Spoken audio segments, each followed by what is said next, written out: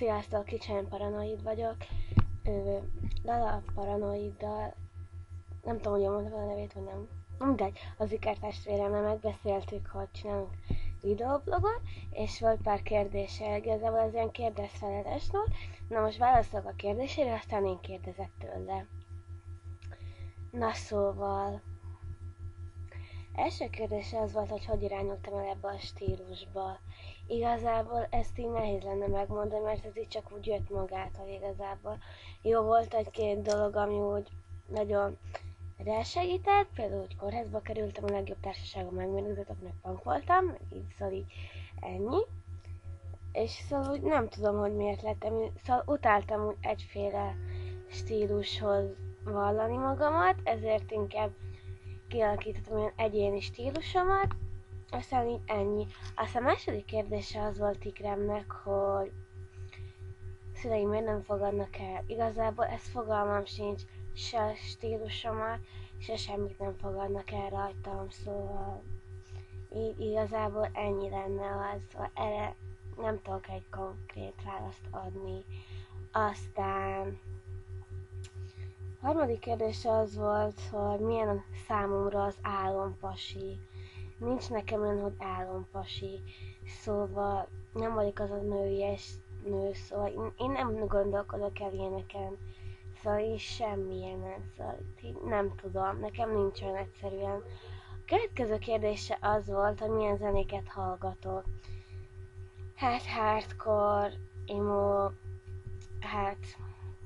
punk, rock, igazából úgy ezek, meg jó, több is van, most úgy nem jutnak eszembe, de ezek így a főkép zene stílusok, amiket meghallgatok. Aztán lássuk, következő kérdése az volt, hogy melyik a kedvenc zenekarom külföldiek közül. Igazából nincs semmilyen kedvenc zenekarom, de női példaképem az Avril, és csak kéne válaszolnom úgy zenekart Avrilen kívül, akkor az a A7X lenne.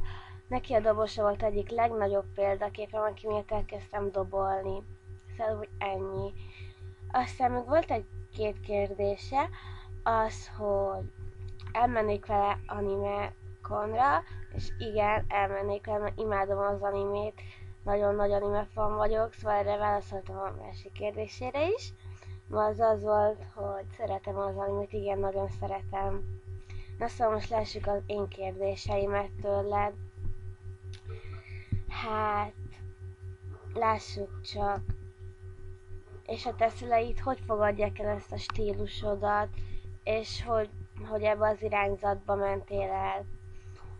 Aztán lássuk, neked milyen az álompasi szívem, hogyha van álompasi, de egyáltalán, jó, most tudom, per pillanat barátod, gondolom neked olyan az álompasi, és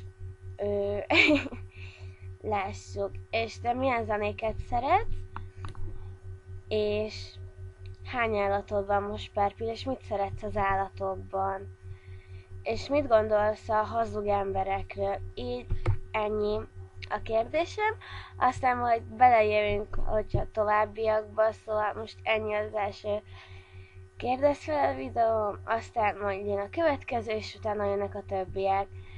És most van egy ilyen kérdezz feles, ennek alkalmából csináltam egy blogot, a címe az, hogy Kicsilány Paranor, meg